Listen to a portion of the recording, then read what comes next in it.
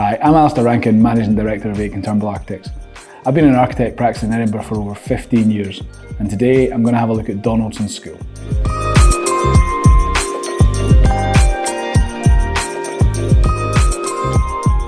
Donaldson's was one of those Edinburgh institutions that's always been there.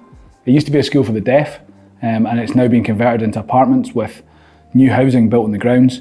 But it's always been this really imposing building set back from the road at the west end of Edinburgh. Yeah, there's quite a lot going on. It's planned around a big courtyard in the main building, so it sits on a podium that's raised up from the street behind these ornate columns and fencing, so it's sat in its grounds when you see it. Clusters of columns, which are unusual, so there's 4 turrets on each corner, each with a dome, and then the entrance is marked by these 4 towers as well, which is quite unusual. It's a little bit like the kind of old castle motif you used to get with, corner towers or turrets around these big perimeter walls. Unusually for Edinburgh, it looks very vertical. Edinburgh is normally thought of as being quite low-lying, quite horizontal, but there's quite a vertical emphasis on Donaldson's.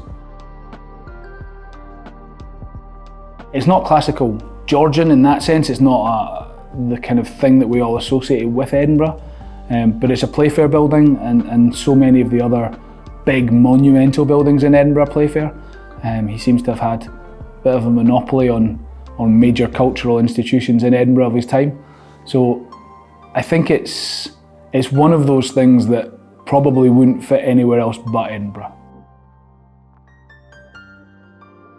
Again, of its time, it's a huge undertaking. It's a huge pile made of stone with large metal roofs. It's very heavily carved and figured. It's just one of those things that today would be astronomically expensive. And again, this huge building sitting in its grounds, surrounded by landscape. When it was a school, there was playing fields and things, and now it's housing, but it's a massive site. As I said, it's a Playfair building, known for things like the Surgeons' Hall, I think he did, the Royal Observatory, and obviously what we know locally as Edinburgh's disgrace, the part-finished national monument on top of Calton Hill. I think he's known for those kind of grand set pieces architecturally, those big cultural institutions that really kind of were the mark of the city. Again, he did nearly all of them for Edinburgh somehow. Yeah, I think I really like Donaldson's. I think I probably wouldn't have changed it at all on this one. I really like courtyard developments, I like the idea of it. I think it sits really well on its plinth.